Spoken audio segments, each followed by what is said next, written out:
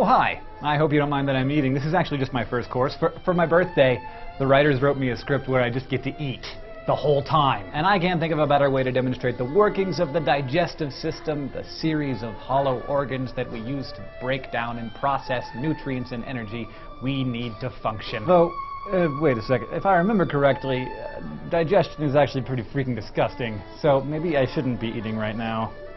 But whatever. Waiter!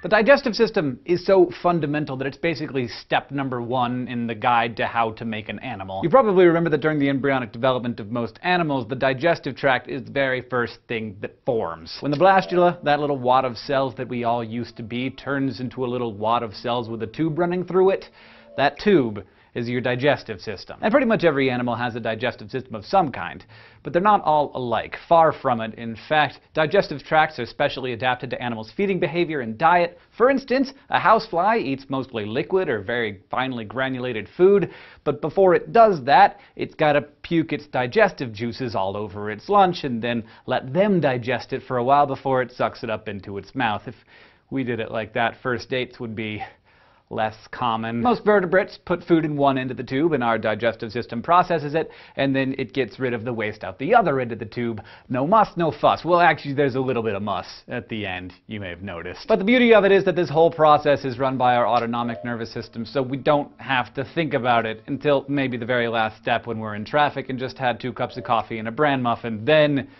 we have to think about it a little bit. Among vertebrates, the digestive tract might be short or long or have organs that do different things depending on what its feeding habits are. For instance, dogs are mostly carnivores and also scavengers. They mostly eat meat, but sometimes that meat's been dead for a while. So the dog's digestive system has developed to take food in, absorb as many nutrients as possible, and then deposit it on somebody's lawn all in a period of about 6 hours. Dogs have an extremely short digestive tract because if you're in the habit of eating rotten meat, you'd better be able to digest it fast.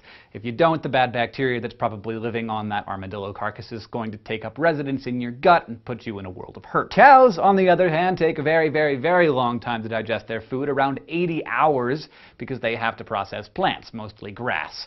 Grass has a ton of cellulose in it, and evolution has yet to produce an animal that can manufacture a stomach acid or enzyme tough enough to break down cellulose. So cows have microorganisms in their guts that break down the cellulose for them. This process takes a 4-chambered stomach, each one with a slightly different microecology, and a lot of cud chewing, or regurgitating and rechewing of grass, before it passes all the way through. So nature is full of crazy digestion stories, and I honestly wish that I had time to tell them all. But let's focus on human digestion from now on, mostly because you're probably a human, we don't assume anything here, and you'll be wanting to know how your body does all this stuff. And 2, humans actually have a pretty good all-purpose digestive system. We're omnivores after all, we eat plants and meat, so our systems are generalized to handle all kinds of stuff. Like most animals, humans have a bunch of different acids and enzymes in our digestive tract that break down food so that it can be absorbed and used by our bodies. But the secret to successful digestion is maximizing surface area, in more than one way, actually. The first way we maximize surface area is on the food itself. So say I take a bite out of this apple. Right now, it's like an apple boulder sitting there in my mouth. I got enzymes in my saliva that immediately start breaking it down, like the outsides of the boulder. As I swallow this chunk whole right now, not only would it hurt like heck, the rest of my digestive system would have a really hard time dealing with it because most of the enzymes and acids would have the same difficulty working all the way through this big solid hunk. But when I use my awesome teeth to chew up this hunk of apple, suddenly there's double, triple, quadruple the surface area on the food. I'm making up apple gravel from the apple boulder. Maybe even apple sand. For humans, chewing is key because breaking down our food into smaller and smaller bits allows enzymes and acids to get at them. And after our teeth have made the pieces small enough, the chemicals break them down further until they're fine enough for our bodies to absorb nutrients from them. But it's not just the surface area of the food that's important. The surface area of the digestive system is key to the whole process as well. Last time I talked about how we have a whole bunch of surface area in our lungs to absorb tons of oxygen all at once. Well, our digestive system works in much the same way. Most of the absorbed absorption of nutrients happens in our small intestines, and the length of the average human adult's small intestine is about 7 meters. Plus, inside our small intestines there are a bunch of little folds and little absorbing fibers with absorbing fibers on them, and no, I didn't misspeak, the fibers have fibers. That's how hard our intestines work to increase their surface area. Last episode, I was all impressed that lungs have a total surface area of 75 square meters. Well, the small intestine has a surface area of 250 square meters. Ugh, it's kind of gross. I wouldn't want to see it spread out over a tennis court or anything. But I'm getting ahead of myself here. Digestion does not start at the small intestine, people. It starts at the mouth. Now, as you can see, this Hot Pocket is surrounded by some kind of bread, if you can call it that. Bread is a starch which breaks down into glucose. When I start gnawing on a piece of bread, you got the outside here, so it's mostly bread. The glands in my mouth start secreting saliva, which contains salivary amylase, an enzyme designed to break down starch into glucose. The more I chew, the more amylase will get to all the different sides of the bread, and that's why the more you chew bread, the sweeter it tastes. Amylase doesn't really do much to the meat or the cheese in this thing. I've got other enzymes and acids that are gonna work on them later on in the system, but I am gonna chew all that stuff up real good right now so that those other enzymes can do their jobs later. I'm gonna swallow all this. So now the masticated Hot Pocket has passed down my pharynx or throat and into my esophagus, which leads to my stomach.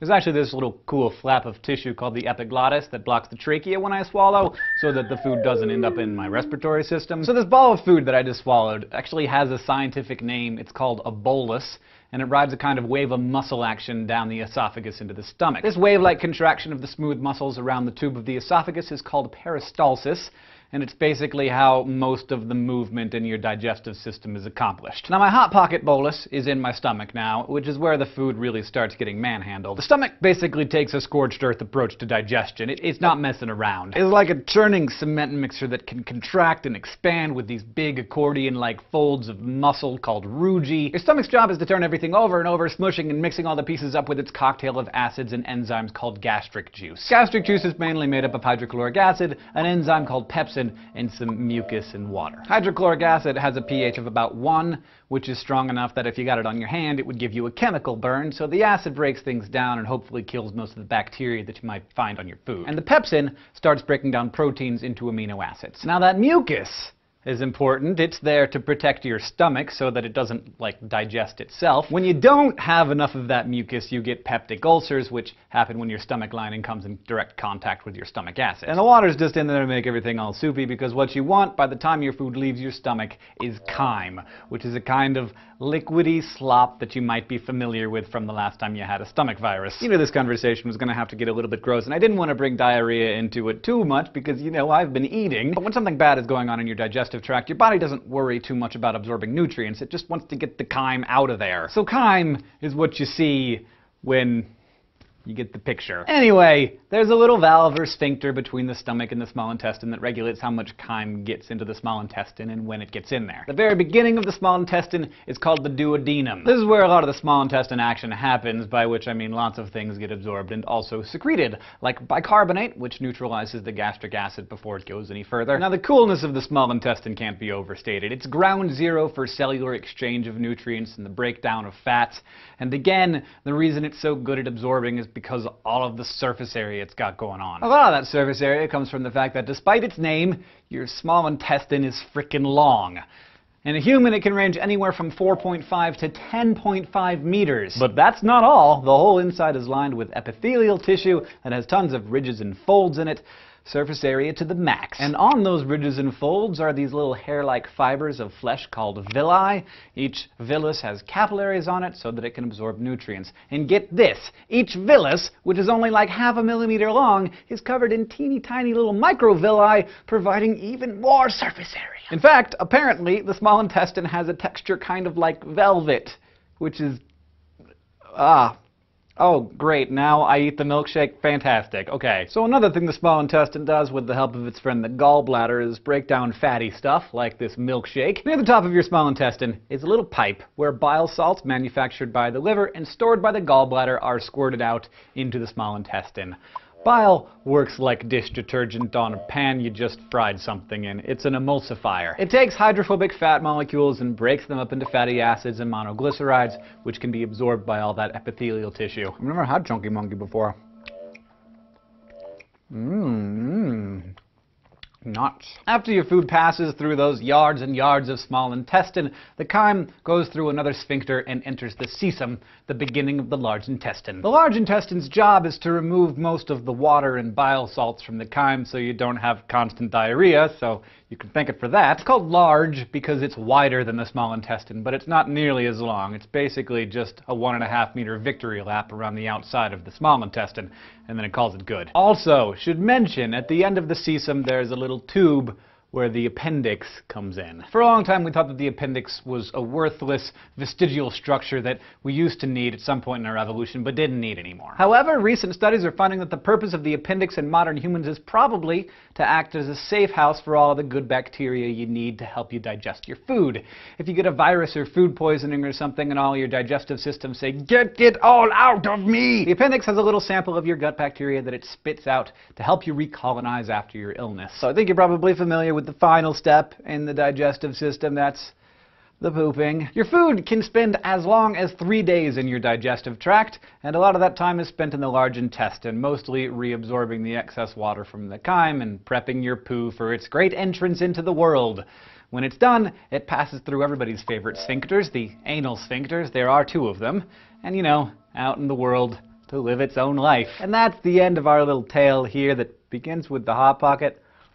I hope you join us next time for more disgustingness as we discuss the details of the excretory system. Until then, bon appetit. Thank you for watching this episode of Crash Course Biology. If you want to go back and review anything, table of contents, just click on it. Thanks, of course, to everybody who helped put this episode together. If you have questions for us, please leave them in the comments below or on Facebook or Twitter, and our team of experts will attempt to answer. Goodbye.